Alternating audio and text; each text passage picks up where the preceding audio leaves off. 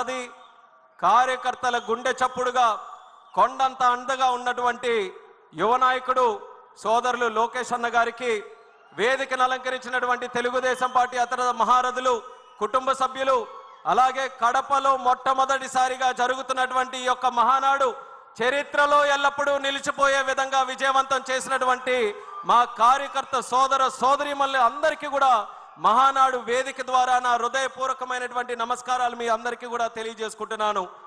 ఈ యొక్క రాజకీయ తీర్మానానికి ఒక ప్రత్యేకత ఉంది। ఆఖరి తీర్మానంగా ప్రతి మహానాడులో ప్రవేశపెడతాం।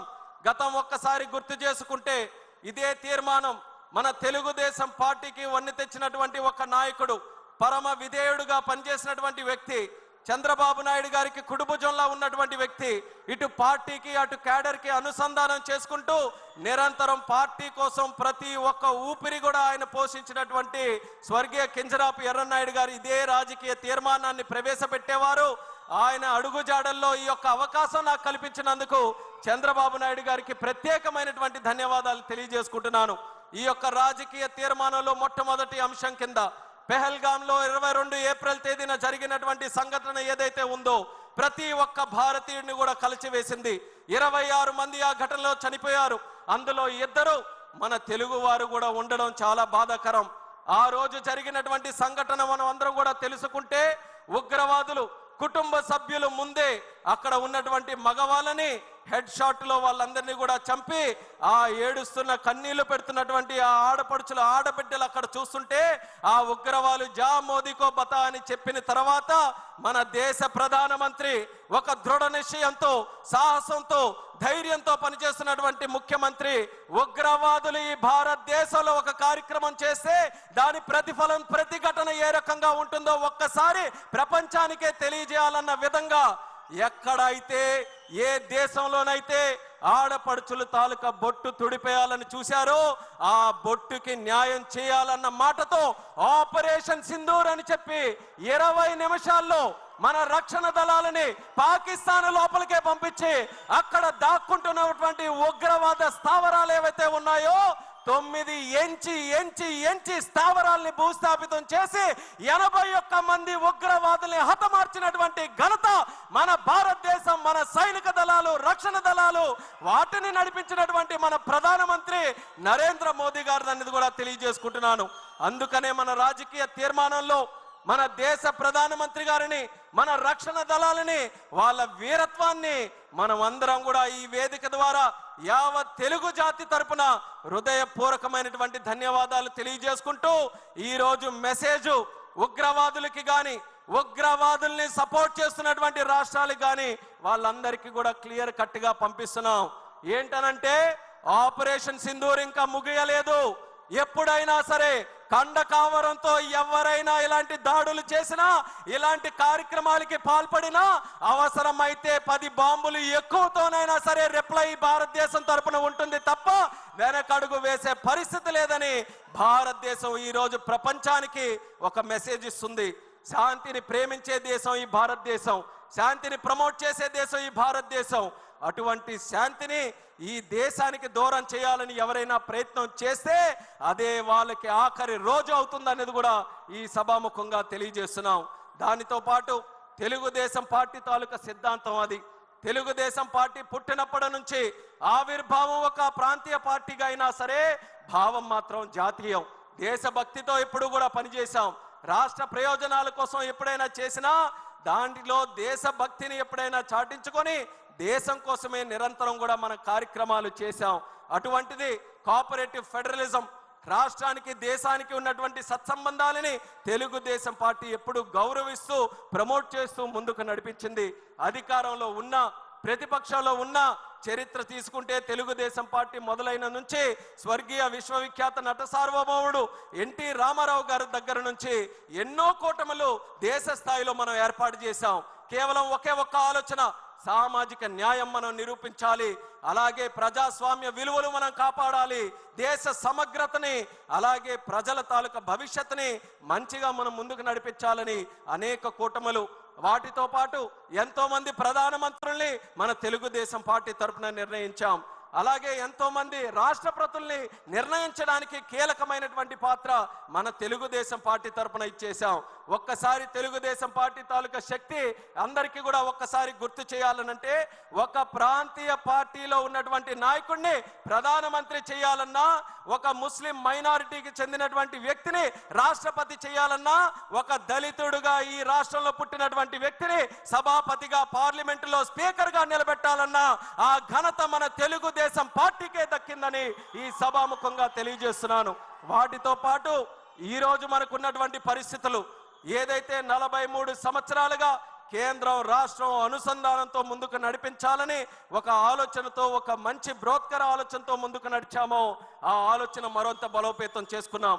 తెలుగుదేశం, బీజేపీ, జనసేన కలిసికట్టుగా రాజకీయాలకు అతీతంగా అందరి తాలూకా ఆలోచన ఒక్కటే, రాష్ట్ర ప్రయోజనాలు, దేశ సమగ్రత, వీటన్నిటిని కూడా ఒకే ఒక్క వేదిక మీదకి తీసుకొని వస్తూ ఎక్కడ ఎటువంటి అపోహలకి కానీ, ఎటువంటి ఇబ్బందులకి కానీ, ఎక్కడ ఎటువంటి సమస్యలకి కానీ తోవలేకుండా ముగ్గురు త్రినాయకత్వంలో ఒక పక్కన చంద్రబాబు నాయుడు గారు, పవన్ కళ్యాణ్ గారు, అలాగే ప్రధానమంత్రి నరేంద్ర మోదీ గారు అందరూ కూడా కలిసికట్టుగా ఈ రోజు రాష్ట్రంలో ఎన్డీఏ పాలన, కేంద్రంలో ఎన్డీఏ పాలన ఎక్కడ ఆటంకాలు లేకుండా ముందుకు కొనసాగిస్తున్నాం.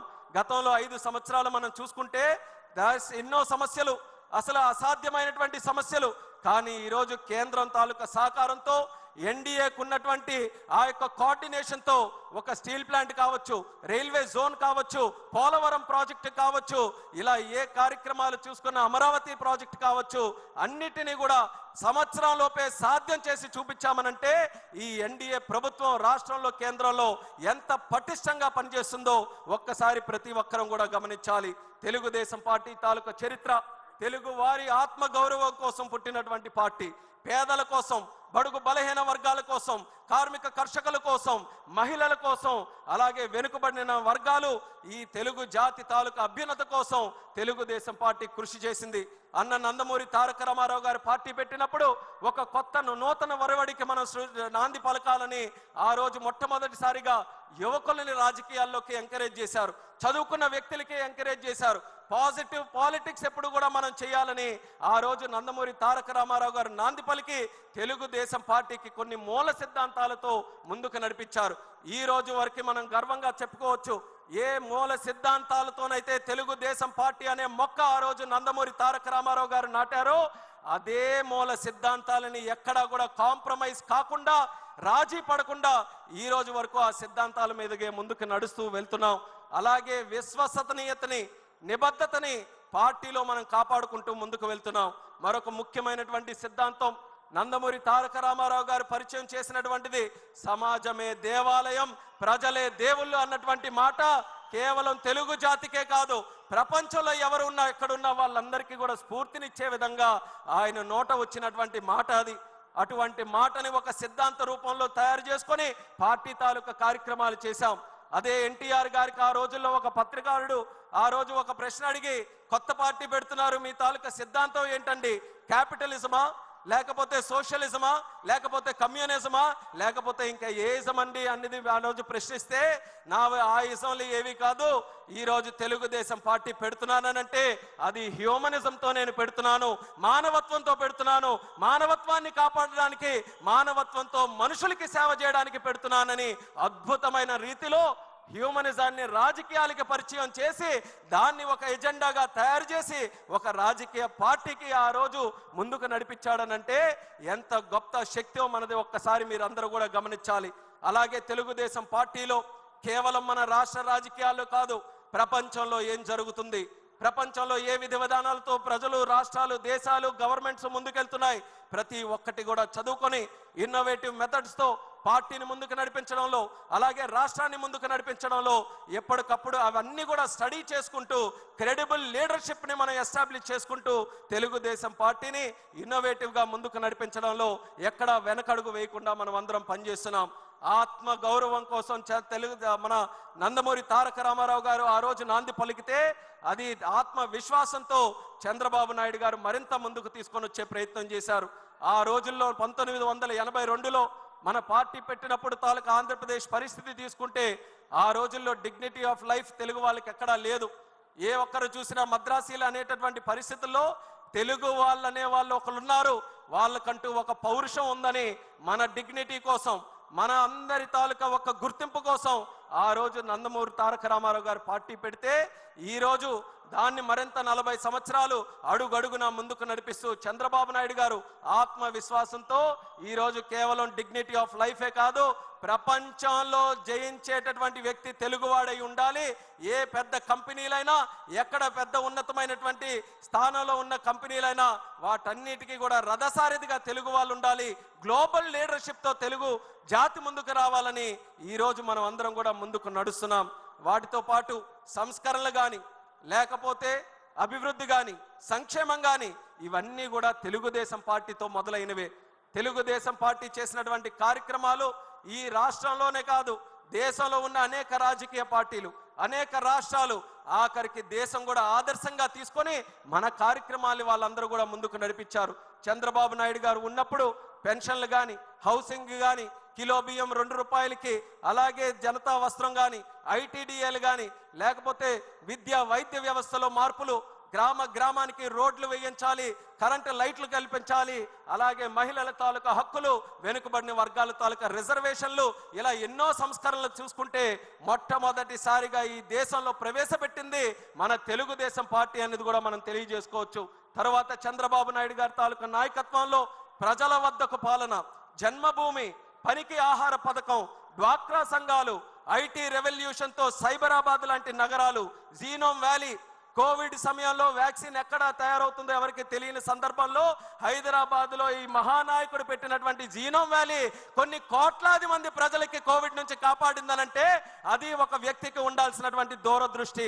అలాగే హైవేస్, టెలికాం, లేకపోతే పవర్ రిఫార్మ్స్, వీటన్నిటికీ కూడా కేంద్ర స్థాయిలో ఆ రోజు ఆ రిఫార్మ్స్ కి నాంది పలకడానికి చంద్రన్న తాలూకా హస్తం ఉండడానికి ఎక్కడ డౌట్ లేకుండా మనం చెప్పుకోవచ్చు. ఎయిర్పోర్టులు ఈరోజు 160 ఎయిర్పోర్ట్లు ఉన్నాయి. రేపు మే 31వ తేదీన ప్రధానమంత్రి గారి ఆధ్వర్యంలో మధ్యప్రదేశ్లో మరో 2 ఎయిర్పోర్ట్లు ఆ రోజే ప్రారంభోత్సవం చేసుకుంటున్నాం. 162 ఎయిర్పోర్ట్లు అవ్వబోతున్నాయి. ఈ దేశంలో 162 ఎయిర్పోర్ట్లు ఒకనప్పుడు ఈ పరిస్థితి ఉండేది కాదు. కానీ మొట్టమొదటిగా దేశంలో ఎయిర్పోర్ట్లు కూడా మనం నిర్మించాలి. పీపీపీ మోడల్లో ఒక పాలసీ తీసుకొని వచ్చి ఎయిర్పోర్ట్లు నడిపించాలన్నటువంటి మహానాయకుడు మన నారా చంద్రబాబు నాయుడు గారు అనేది గర్వంగా ఈ సందర్భంగా తెలియజేస్తున్నాను. ఇలాంటి ఎన్నో పథకాలకి, ఎన్నో రిఫార్మ్స్కి, ఎన్నో సంక్షేమ కార్యక్రమాలకి తెలుగుదేశం పార్టీ నాంది పలికింది. అది ఇంతటితో ఆగిపోలేదు. మన అమరావతి మీ అందరికీ కూడా దాని తాలూకా కథ అంతా కూడా తెలుసు. అమరావతి మాట్లాడితే ఎక్కువగా మనం మాట్లాడుతున్నాం. 32,000 ఎకరాలు ఇచ్చారని, లేకపోతే రైతులు దానికోసం త్యాగం చేశారని, విశ్వవిఖ్యాతిగా ఉన్నటువంటి ఒక ప్రపంచ ప్రసిద్ధిగాంచినటువంటి అమరావతి కడతామని. కానీ అందులో మనం ముఖ్యంగా గుర్తుంచుకోవాల్సినటువంటి ఒక విషయం ల్యాండ్ పూలింగ్ అనే కాన్సెప్టు ప్రపంచంలో ఎక్కడా కూడా లేదు. మొట్టమొదటిసారి ఒకడు వ్యక్తి మనకి భూమి త్యాగం చేస్తున్నాడనంటే పూర్తిగా నష్టపోకుండా తిరిగి ఆ వ్యక్తి కూడా ఏదో లాభం పొందే విధంగా ఉండాలని ప్రపంచానికే ఆదర్శంగా ల్యాండ్ పూలింగ్ విధానాన్ని పరిచయం చేసినటువంటి నాయకుడు మన నారా చంద్రబాబు నాయుడు గారని తెలియజేస్తున్నాను. రివర్ లింకేజ్, నదుల అనుసంధానం ప్రాజెక్టు ఆయన రాజకీయాలు మొదలుపెట్టినప్పటి నుంచి ఆయన మైండ్లో ఉన్నటువంటి ప్రాజెక్టు. వాజ్పేయి గారితో ఎన్డీఏ ప్రభుత్వంలో ఉంటే ఎన్నో సందర్భాల్లో ఆయనతో చర్చించి నదుల అనుసంధానం, అక్కడ గంగా నది నుంచి మన కన్యాకుమారి వరకు ఉన్నటువంటి నదులన్నీ కూడా అనుసంధానం చేయాలని ఎన్నో సందర్భాల్లో కేంద్రానికి ఆ నివేదిక తీసుకొని వెళ్ళారు. అది క్రమేపీ కాలం మారుతున్న కొద్దీ మరుగున పడిపోతుంటే రివర్ లింకేజ్ ప్రాజెక్టులు మళ్ళీ మొన్న చంద్రబాబు నాయుడు గారు, మోదీ గారి తాలూకా ఆధ్వర్యంలో తీసుకొని వచ్చి మళ్ళీ అది పరుగులు పెట్టించే విధంగా రివర్ లింకేజ్ ప్రాజెక్టు కూడా ఈరోజు ఊపిరిపోసినటువంటి నాదుడు మన చంద్రబాబు నాయుడు గారని తెలియజేస్తున్నాను. పాపులేషన్ మేనేజ్మెంట్ ఏ ప్రభుత్వానికైనా, ఏ రాష్ట్రానికైనా గతంలో ఉండేది. జనాభా అంటే అది ఒక పెద్ద భారమని, అంత జనాభా చూసుకోవాలంటే ఎలాగని. కానీ ఆ ఆలోచన విధానంలో మార్పు తెచ్చాడు చంద్రన్న. జనాభా అంటే కేవలం భారం కాదు, అది ఒక యాసెట్ లాగా. మనకు డబ్బు ఎంత ఉంటే ఎంత బలంగా ఉంటామనుకుంటామో, ఎంత జనాభా ఉంటే అంత బలం ఈ రాష్ట్రానికి, జాతికి ఉంటుందనే ఆలోచనతో పాపులేషన్ మేనేజ్మెంట్ విధానానికి కూడా ఈరోజు మరొకసారి శ్రీకారం చుడుతున్నారు. P4 లాంటి ప్రోగ్రామ్స్, P3 ప్రోగ్రామ్ చూసాం, కానీ ఈరోజు P4 ప్రోగ్రామ్ కూడా చేస్తున్నారు. స్కిల్ సెన్సెస్, అలాగే క్వాంటమ్ వ్యాలీ, ఆర్టిఫిషియల్ ఇంటెలిజెన్స్ని, అలాగే న్యూ కంప్యూటింగ్ని, వీటన్నిటిని కూడా మన తెలుగు జాతికి నిత్య అనుసంధానంతో ముందుకు నడిపించాలని క్వాంటమ్ వ్యాలీ, క్రియేటివ్ ఎకానమీ, ఈరోజు ఈ పదాలు చెప్తే కొంతమంది సరిగ్గా అర్థం చేసుకోలేకపోవచ్చు. కానీ నేను చెప్తున్నాను, what CBN thinks today, India thinks tomorrow. Chandranna ఏ ఆలోచనలతో ఈరోజు ముందుకు నడుస్తాడో, రేపు దేశం మొత్తం అదే ఆలోచనల వైపు వస్తారు. ఆ నమ్మకం నాకుందని కూడా ఈ సభాముఖంగా తెలియజేస్తున్నాను. రేపు మీ ఇంటిలో రివర్ లింకేజ్ గురించి, క్వాంటమ్ వ్యాలీ గురించి, స్కిల్ సెన్సెస్ గురించి, P4 గురించి ఒక 2-3 సంవత్సరాల్లో ప్రతి ఇంటిలో కూడా చర్చ జరిగేటటువంటి అంశాలు. ఈ అంశాలు అటువంటి అంశాలకి జన్మనిచ్చినటువంటి పార్టీ మన తెలుగుదేశం పార్టీ అనేది కూడా ఈ సభాముఖంగా తెలియజేసుకుంటున్నాను. అలాగే అన్ని మాట్లాడుతున్నాం, కానీ తెలుగుదేశం పార్టీ అని అంటే మొట్టమొదటిగా గుర్తొచ్చేది మన పసుపు దళం, పసుపు సైనికులు, మన కార్యకర్తలు. ఈ కార్యకర్తల వల్లే 43 సంవత్సరాలుగా ఎన్ని సంక్షోభాలు వచ్చినా, ఎన్ని ఆటంకాలు వచ్చినా సరే 43 సంవత్సరాలుగా మన ప్రయాణం చెక్కు చెదరకుండా ముందుకు కొనసాగుతుంది. ఏ పార్టీ అయినా కార్యకర్తలకి మనం ఉండేటటువంటి అనుసరణ ఉందా? ఒక్కసారి గమనించండి. మన రాష్ట్రంలో ఉండే పార్టీలు చూడండి, ఇతర రాష్ట్రాలు ఉండే పార్టీలు చూడండి. ఎందుకనంటే నాయకులు మారినట్టే కార్యకర్తలు కూడా వేరే పార్టీలో మారిపోతారు. కానీ తెలుగుదేశం పార్టీ ఏకైక పార్టీ. తరాలు మారినా తరం మొత్తం అదే జెండాని కప్పుకుంటూ అదే కండువాతో ముందుకు నడిచే ఏకైక పార్టీ మన తెలుగుదేశం పార్టీ అని తెలియజేస్తున్నాను. అటువంటి కార్యకర్తల్ని అధినేతలుగా చేసుకొని నడిపించే పార్టీ కూడా తెలుగుదేశం తప్పితే మరెక్కడ కూడా ఏ పార్టీ కూడా ఉండదు. అటువంటి క్యాడర్ని మరి వెల్ఫేర్ నిధులు, మన కార్యకర్త సంక్షేమ నిధి పెట్టి లోకేష్ అన్న గారి తాలూకు ఆధ్వర్యంలో వాళ్ళ సంక్షేమాన్ని, ఇన్సూరెన్స్ని, వాటన్నిటిని కూడా చూసుకొని వాళ్ళ కుటుంబం, అందరి కుటుంబం, ఇది తెలుగుదేశం పార్టీ కుటుంబంగా పెద్దలుగా చంద్రబాబు నాయుడు గారు, లోకేష్ అన్న గారు మన పిల్లల్ని చదివించి, మన ఆపదలో ఉంటే ఆర్థిక సహాయం చేసి, మనకి ఏదైనా కష్టం వచ్చి మనం వాళ్ళ భుజాల మీద తోడు చేయవేస్తే వాళ్ళు 2 భుజాలు తోడు చేసి కౌగిలించుకొని నీకు నేనున్నానని ధైర్యం చెప్పే నాయకత్వం మన తెలుగుదేశం పార్టీ దగ్గర ఉంది. క్రమశిక్షణతో ఉండే పార్టీ మన తెలుగుదేశం. ఆర్గనైజ్డ్గా, డిసిప్లిన్డ్గా పనిచేసే పార్టీ తెలుగుదేశం.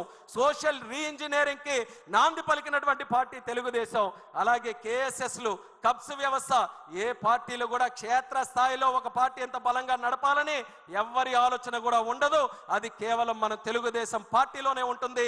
అదే మన బలం అనేది కూడా కార్యకర్తలకి సభాముఖంగా తెలియజేస్తున్నాను. ఒక ప్రాంతీయ పార్టీ అయ్యా మన తెలుగుదేశం, కానీ లెక్కలు చూస్తే 1 కోటి మంది సభ్యత్వాలు దాటినటువంటి ఏకైక ప్రాంతీయ పార్టీ అదే మన తెలుగుదేశం అనేది కూడా తెలియజేస్తున్నాను. 45 రోజుల్లో చేశాం. ఎందుకనంటే టెక్నాలజీని కూడా మన లోకేష్ అన్న గారు ఈ యొక్క కార్యక్రమానికి తీసుకొని వచ్చి 45 రోజుల్లో ఎక్కడ ఇబ్బంది లేకుండా సరికొత్త విధానంతో చేసి ఈరోజు దేశంలో ఉన్నటువంటి అన్ని రాజకీయ పార్టీలు కూడా శభాష్ లోకేష్ అనే విధంగా పార్టీ మెంబర్షిప్ను కూడా ఈరోజు నడిపించారనేది ఈ సందర్భంగా తెలియజేస్తున్నాను. అలాగే సంక్షోభాలు తెలుగుదేశం పార్టీ కొత్త ఏమీ కాదు. ఎన్నో సంక్షోభాలు దేశంలో వచ్చాయి. రాజకీయ సంక్షోభాలు వచ్చాయి, ప్రకృతి విపత్తులు వచ్చాయి, రాష్ట్ర సంక్షోభాలు వచ్చాయి. తెలుగుదేశం పార్టీ ఎదుర్కొన్న సంక్షోభాలు ఏ పార్టీ కూడా అన్ని సంక్షోభాలు ఎదుర్కోలేదు. అయినా సరే ఎలాంటి సంక్షోభాలు వచ్చినా ఆ సంక్షోభాలని ఎదురొట్టి మళ్ళీ విజయవంతంగా అడుగులు వేసుకుంటూ ముందుకు నడిచిన ఏకైక పార్టీ కూడా మన తెలుగుదేశం పార్టీ. ప్రకృతి విపత్తులు ఒక్కసారి గుర్తు చేసుకుందాం. ఒరిస్సాలో 99లో సైక్లోన్ వచ్చింది. చంద్రన్న హాజరై అక్కడ వాళ్ళందరికీ కూడా సపోర్ట్ చేశారు. అలాగే ఉత్తరాఖండ్లో ఫ్లడ్స్ వచ్చి తెలుగు వాళ్ళు చిక్కుకున్నారు. మనం అధికారంలో లేము. స్పెషల్ ఫ్లైట్ వేయించి అక్కడ చిక్కుకున్నటువంటి తెలుగు ప్రజల్ని తిరిగి సురక్షితంగా వాళ్ళ ఇంటికి తీసుకొని వచ్చాడు. యుక్రెయిన్లో వార్ జరిగింది. తెలుగు వాళ్ళందరూ కూడా డాక్టర్లు చదువుకోవాలని చాలా మంది యువకులు అక్కడ ఉండిపోతే వాళ్ళందరితో నేరుగా మాట్లాడి కేంద్ర ప్రభుత్వంతో సంప్రదింపులు చేసి క్షేమంగా తిరిగి రావడానికి చంద్రన్న ఆధ్వర్యంలో తెలుగుదేశం పార్టీ పనిచేసింది. ఇక హుదూద్ అంటారా, కోవిడ్ అంటారా, లేకపోతే మొన్న బుడుమూరులో వచ్చిన విజయవాడ వరదలు అంటారా, ఎలాంటి సంఘటనలు మన ప్రజలకి ఆపత్తుగా వచ్చినా సరే వాళ్ళ ఒక్క పిలుపుతో మొట్టమొదటి అడుగు వేస్తూ ప్రజలతో స్పందిస్తూ ముందుకు నడిచినటువంటి పార్టీ మన తెలుగుదేశం పార్టీ. అలాగే రాజకీయ సంక్షోభాలు 1985లో ఎన్టీఆర్ గారిని దెబ్బ కొట్టాలని, అలాగే 2004లో మనం ఓడిపోయిన తర్వాత అప్పుడు దెబ్బ కొట్టాలని, 2009లో డీలిమిటేషన్ అయితే అప్పుడు దెబ్బ కొట్టాలని, 2014లో బైఫర్కేషన్ జరిగితే అప్పుడు దెబ్బ కొట్టాలని, ఈరోజు రాజకీయంగా కూడా ఎన్నో సంక్షోభాలు తెలుగుదేశం పార్టీ ముందు గోడల్లాగా కట్టినా గోడల్ని సైతం కూల్చుకుంటూ ముందుకు వెళ్ళినటువంటి సైన్యం బలగం మన తెలుగుదేశం పార్టీ దగ్గర ఉందని కూడా తెలియజేస్తున్నాను. అలా ఏ సంక్షోభాలైనా సరే ఆ సంక్షోభాల నుంచి అవకాశాలు ఎలా వస్తాయి, క్రైసిస్ నుంచి ఆపర్చునిటీ ఎలా వస్తుంది అనేది చంద్రబాబు నాయుడు గారి నాయకత్వంలో మన అందరం కూడా ముందుకు నడిచాం. అయితే ఈ అన్ని సంక్షోభాలు ఒక ఎత్తు, కానీ 2019లో వచ్చినటువంటి సంక్షోభం మరొక ఎత్తు అనేది కూడా గుర్తు చేసుకోవాలి.